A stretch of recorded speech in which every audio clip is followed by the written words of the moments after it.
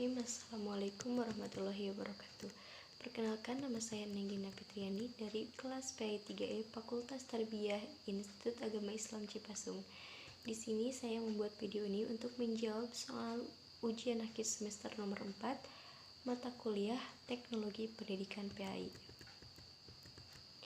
Di sini saya akan sedikit menyampaikan cara mendidik anak di era digital.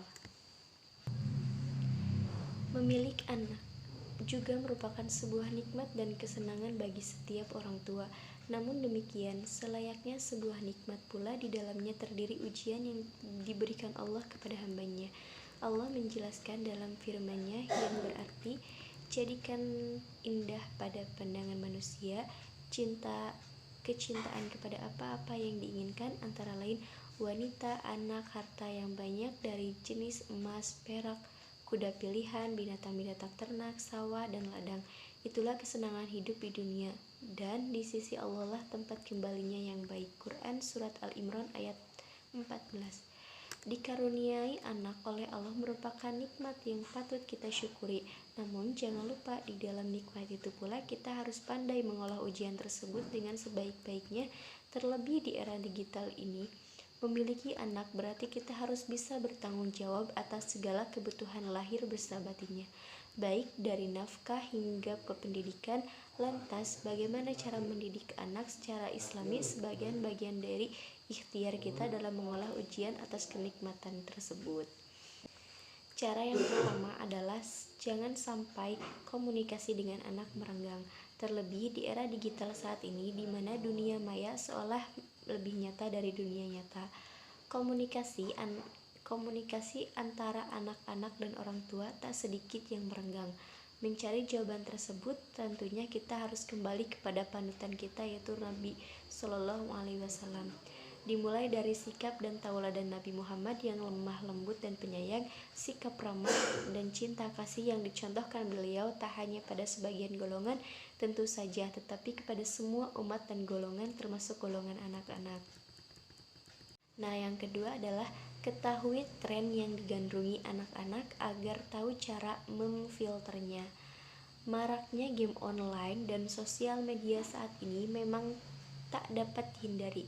Dunia digital pun kini bukan hanya milik orang dewasa, tetapi juga anak-anak. Hal tersebut pun patut kita syukuri, karena teknologi jika digunakan dengan positif justru akan menghasilkan kebaikan. Orang tua harus bisa memfilter terhadap konten yang dapat membahayakan anak-anak, mudah berseliweran di dunia maya. Orang tua yang gagap akan kemajuan teknologi, alih-alih ingin membentengi anak dari hal-hal negatif, justru banyak kecolongan karena tak sama sekali bisa masuk ke dalam dunia anak-anak mereka.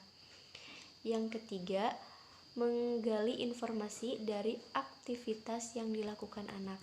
Ada baiknya setiap orang tua mengajak kembali anak-anaknya untuk berkomunikasi kembali di ruang keluarga atau di rumah, seperti berbincang di waktu malam, di waktu hendak tidur, atau waktu belajar dan hari libur sekolah.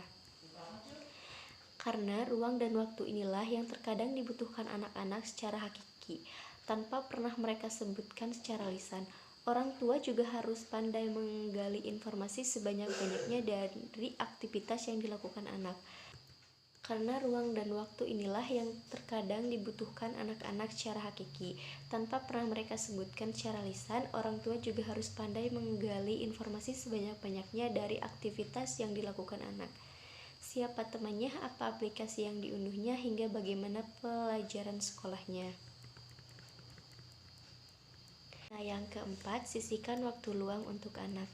Jangan sampai karena kelalaian orang tua dalam mengawasi dan menyisihkan waktu untuk anak di era digital ini, orang tua justru main hakim sendiri. Begitu melihat anaknya tak berhenti-berhenti memainkan gadget, tak sedikit orang tua yang bahkan menghardik anaknya karena terlalu sibuk dengan dunia digitalnya sendiri.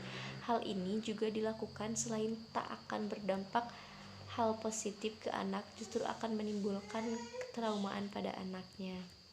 Dan jadi jangan sampai orang tua menghakimi anaknya tanpa menyadari kesalahan dirinya sendiri. Yang kelima, menihilkan superioritas antara orang tua dan anak.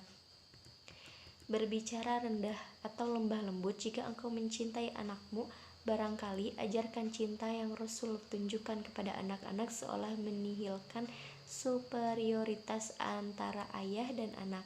Namun begitu, tak ada satupun keturunan Rasul yang tak menaruh hormat dan bakti pada sosok beliau yang penuh kasih sayang. Percayalah, cintai dan menyayangi merupakan bagian dari seni mengikuti jejak Rasul. Jika tak ada sekta antara orang tua dan anak, niscaya anak akan lebih senang menghabiskan waktu di dunia nyata dengan orang tua daripada asyik di dunia maya.